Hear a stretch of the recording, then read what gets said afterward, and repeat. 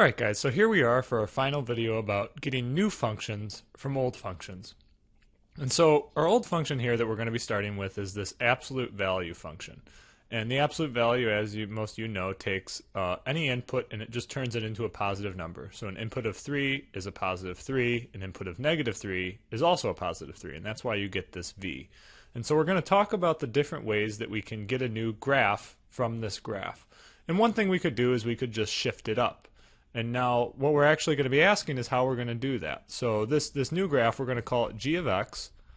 But the way we get the new graph from f of x is we just take whatever the output from f of x was, and then we add 3 to it, right? To the outside. And that's kind of the key there. And so here we'll have f of x plus c, and here we'll have f of x minus c. Adding or subtracting a number on the outside shifts it up and down. We could also shift the graph to the right or to the left, right? And so if I call this new graph g of x, how do I get this new graph from my old graph?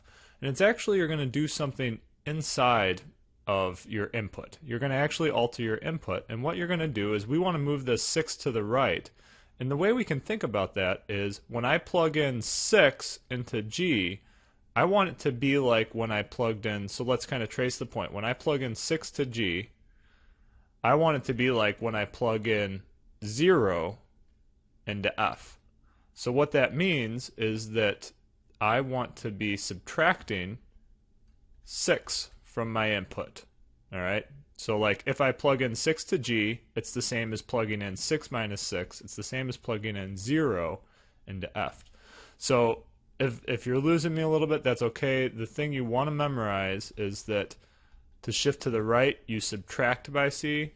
To shift to the left, you add c. Okay? And the final transformation we can do here is kind of stretching it up, stretching it out, kind of pulling on it, or smushing it down. So here we stretch it, here we smush it, and here we can do another thing, flip it. And these are all different transformations we can do when we multiply the function by something in the front. So this new g of x here is got by taking your regular output and just multiplying it by 2. So notice our input of 3 now gives an output of 6. So to stretch it out, I multiply it by c times f of x, and c needs to be bigger than 1 here. To smush it, this is one where if I go 1, 2, 3, 4, look, oh, my output is 2 now for 4 instead of 4. So to get my new function here, I am actually multiplying f by a half. So to smush it, I would multiply c times f of x, but for c less than 1. And then finally, the last thing you can do is flip it. And so notice I just have the opposite output for every input, and so all I'm doing here is multiplying. I have negative 1 times f of x.